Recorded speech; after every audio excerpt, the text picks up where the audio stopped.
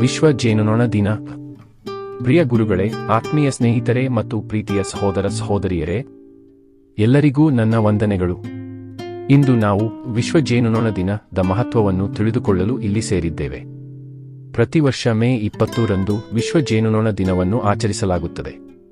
ಈ ದಿನವನ್ನು ಆಚರಿಸುವ ಉದ್ದೇಶ ಜೇನುನೊಣಗಳ ಮಹತ್ವವನ್ನು ಜನರಿಗೆ ತಿಳಿಸುವುದು ಮತ್ತು ಅವುಗಳನ್ನು ರಕ್ಷಿಸುವ ಬಗ್ಗೆ ಜಾಗೃತಿ ಮೂಡಿಸುವುದಾಗಿದೆ.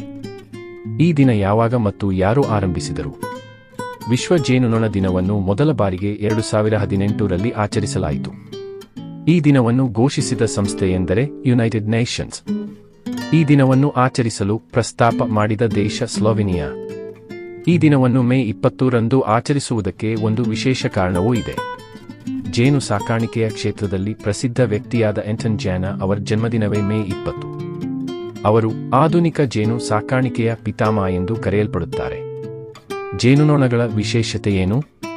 ಸ್ನೇಹಿತರೆ, ಜೇನುನೊಣಗಳು ಕೇವಲ ಜೇನು ನೀಡುವ ಕೀಟಗಳಲ್ಲ. ಅವು ಪ್ರಕೃತಿಯ ಸಮತೋಲನ ಕಾಪಾಡುವ ಸಣ್ಣ ಯೋಧರು. ಹೂವಿನಿಂದ ಹೂವಿಗೆ ಹಾರುವಾಗ ಅವು ಪರಾಗಸ್ಪರ್ಶ ಮಾಡುತ್ತವೆ. ಈ ಪ್ರಕ್ರಿಯೆಯಿಂದ ಬೆಳೆಗಳು, ಹಣ್ಣುಗಳು ಮತ್ತು ಸಸ್ಯಗಳು ಬೆಳೆಯುತ್ತವೆ.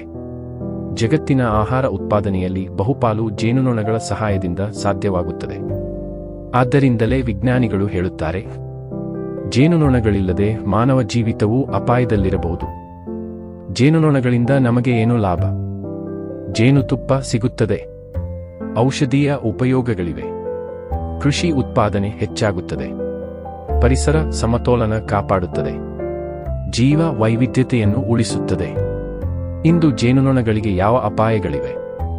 ದುರದೃಷ್ಟವಶಾತ್ ಇಂದು ಜೇನುನೊಣಗಳ ಸಂಖ್ಯೆ ಕಡಿಮೆಯಾಗುತ್ತಿದೆ. ಇದಕ್ಕೆ ಮುಖ್ಯ ಕಾರಣಗಳು: ರಾಸಾಯನಿಕ ಕೀಟನಾಶಕಗಳ ಬಳಕೆ, ಅರಣ್ಯ ನಾಶ, ಮಾಲಿನ್ಯ, ಹವಾಮಾನ ಬದಲಾವಣೆ. ಇದರಿಂದ ಪ್ರಕೃತಿ ಮತ್ತು ಆಹಾರ ವ್ಯವಸ್ಥೆಗೆ ದೊಡ್ಡ ಅಪಾಯ ಎದುರಾಗುತ್ತಿದೆ.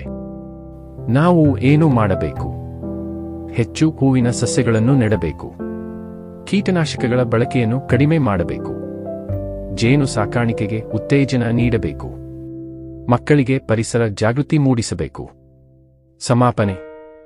ಸ್ನೇಹಿತರೆ, ಜೇನುನೊಣಗಳು ಚಿಕ್ಕದಾಗಿರಬಹುದು, ಆದರೆ ಅವು ಮಾಡುವ ಕೆಲಸ ಬಹಳ ದೊಡ್ಡದು.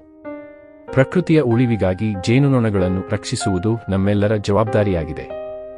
ಆದ್ದರಿಂದ ಈ ವಿಶ್ವ ಜೇನುನೊಣ ದಿನದಂದು ನಾವು ಎಲ್ಲರೂ ಒಟ್ಟಾಗಿ ಪ್ರತಿಜ್ಞೆ ಮಾಡೋಣ: ಪ್ರಕೃತಿಯನ್ನು ರಕ್ಷಿಸೋಣ, ಜೇನುನೊಣಗಳನ್ನು ಉಳಿಸೋಣ. ಧನ್ಯವಾದಗಳು.